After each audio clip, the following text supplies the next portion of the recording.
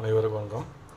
இன்றைக்கி வேறு ஒரு நாட்டு கோழி சிக்கன் கிரேவி செய்ய போகிறோம். அதுக்கு பார்த்திங்கன்னா ஒரு கோழி நல்லா க்ளீனாக சுத்தம் பண்ணி வச்சுருக்கோம். சுத்தம் பண்ணி மஞ்சள் போட்டு எல்லாம் க்ளீனாக கழுவி சூப்பராக வச்சுருக்கோம்.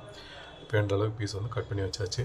இதுக்கு தேவையான பொருள் பாருங்கள்: கருவேப்பிலை, கொத்தமல்லி, தக்காளி, தேவையான அளவு மஞ்சத்தூள், வெங்காயம் ஒரு 4 பீஸ் கட் பண்ணி வச்சுருக்கோம், பூண்டு, இஞ்சி, தேவையான உப்பு, கடுகு கலப்பு. மசாலா ஐட்டம் பார்த்திங்கன்னா நம்ம மிளகுத்தூள் மஞ்சத்தூள் எதையுமே சேர்க்கலைங்க. மஞ்சத்தூள் மட்டும் கொஞ்சம் சேர்த்துருக்கோம். காஞ்ச மிளகா, காரமான மிளகா, தேவையான காரம், மிளகா எடுத்துருக்கோம். பட்டை, கிராம்பு 2-3 பீஸ் எடுத்துருக்கோம். மல்லி, வரமல்லி ஒரு 2 டீஸ்பூன், மிளகு ஜீரகம் 1/2 டீஸ்பூன், கடலை பார்த்திங்கன்னா கசூரி மேத்தி, சோம்பு ஒரு 4-5 பீஸ் எடுத்துக்கலாம். இவ்வளோ தாங்க இந்த மசாலா ஐட்டம். இவ்வளோ தான், இந்த அளவு செய்கிறோம். நீங்கள் இதெல்லாம் வேணாம் அப்படின்னா நீங்கள் கரம் மசாலா, மஞ்சள், மல்லித்தூள் தனியாக கூட சேர்த்துக்கலாம். உங்களுக்கு எப்படி எந்த அளவு செய்யணும் அந்த அளவுக்கு பார்த்து செஞ்சுக்கலாம். ஓகேங்களா? இப்போ இதெல்லாம் க்ளீனாக மசாலா வறுத்தலாம். இப்போது நல்லா ஃப்ரை பண்ணிக்கலாம். இப்போது எண்ணெய் காஞ்சிருச்சு. மசாலா ஐட்டம் எல்லாத்தையும் போட்டு ஃப்ரை பண்ணிக்கலாம். ஃபஸ்ட்டில் எல்லாம் போட்டு அது நல்லா ஃப்ரை பண்ணிக்கலாம். அது கூடவே இஞ்சி, பூண்டு, உப்பு, வெங்காயம் போட்டாச்சு.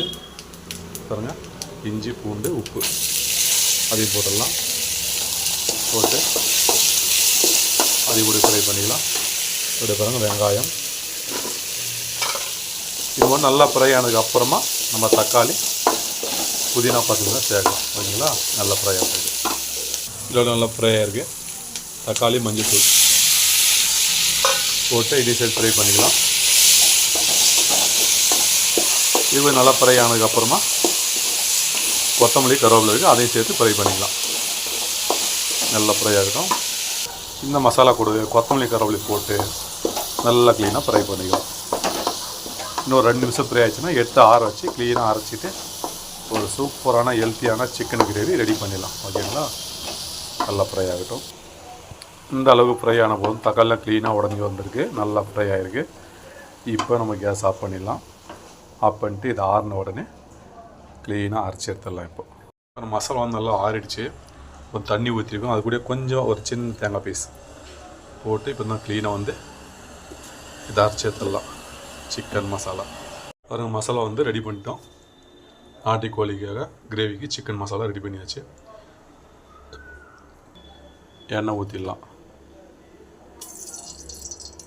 எண்ணெய் ஊற்றி கடுகு போட்டு தாளிச்சிட்டு அப்படியே அந்த மசாலா ஊற்றி சிக்கன் போட்டுறதாங்க. உப்பு காரம் செக் பண்ணிட்டா சிக்கன் கிரேவி சூப்பர் ரெடி ஆகிடுச்சு.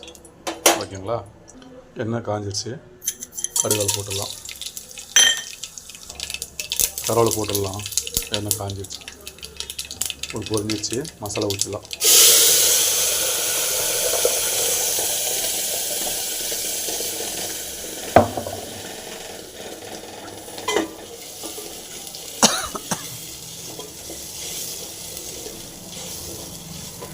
ஊற்றிடலாம். இப்போ வர தண்ணி தேவையான மழை தண்ணி ஊற்றிட்டோம். இந்த அளவு தண்ணி தான் போதுமாக இருக்கும். கிரே டைப் கரெக்டாக வந்துடும். கொஞ்சம் எக்ஸ்ட்ரா தான் பரவாயில்ல. சாப்பிட்டு கரெக்டாக இருக்கும்.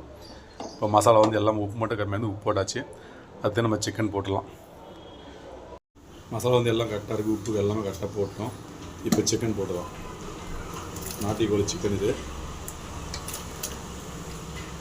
நம்ம சாத்துக்கு சாப்பிடும் போது தான் வரும். ஜாஸ்தி கிரேவி செய்யலை. நம்ம சாத்துக்கு சாப்பிட்ற அளவுக்கு செய்கிறோம். இதில் சிக்கன் போடாச்சு. நல்லா கலந்துங்க. இந்த குக்கரில் பார்த்திங்கன்னா எப்படியும் ஒரு 3-4 விசில் விட வேண்டியது இருக்கும். மற்றபடி வயலை கோழி இருந்ததுன்னா ஒரு விசில் விட்டாலும் போதும். 2 விசில் போதுமாக இருக்கும். ஆனால் இந்த கோழிக்கு கொஞ்சம் 4 விசிலாக விட வேண்டியது இருக்கும். ஓகேங்களா? நல்லா போட்டு கலக்கிங்க. கலக்கிட்டு லாஸ்ட்டாக உப்பு காரம் கரெக்டாக செக் பண்ணிங்க. லாஸ்ட்டாக உப்பு காரம் போது கரெக்டாக இருக்குது. நல்லா ஒரு கலக்கி விட்டு நம்ம குக்கரை மூடி போட்டிங்கன்னா கொஞ்சம் 4 விசில் விட்டு எடுத்துடலாம். ஓகேங்களா? இது தண்ணிக்கும் குக்கர் மூடி போட்டுடலாம். மூடியாச்சு. குறைஞ்சது இப்போ மாமூலி பயில கோழினா 2 விசில் தான் போதுமாக இருக்கும். இந்த சிக்கன் இவங்களுக்கு 4 விசில் விடணும். 4 விசில் வந்ததுக்கப்புறம் வீடியோ இறக்கிடலாம். தண்ணி காரம் உப்பு எல்லாமே கட்டாமல் போட்டோம். கொஞ்சம் எக்ஸ்ட்ரா ரைஸ் போட்டு சாப்பிட்ற அளவுக்கு தான் வரும். நம்ம அதிகமான கிரேவியும் செய்யலை. இது வெந்த உடனே எடுத்துடலாம். ஓகேங்களா?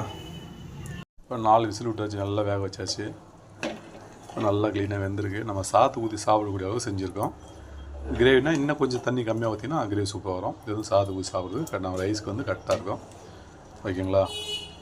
இப்போ ரைஸ் போட்டு சாப்பிட்றலாம். இப்போது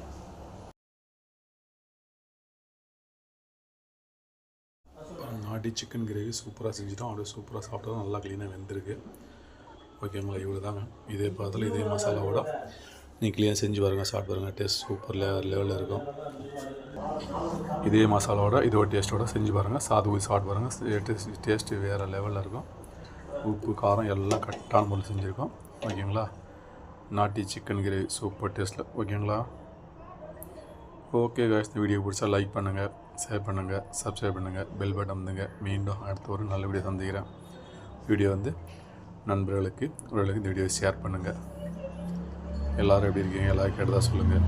ஓகே காய்ஸ், பார்த்துடலாம்.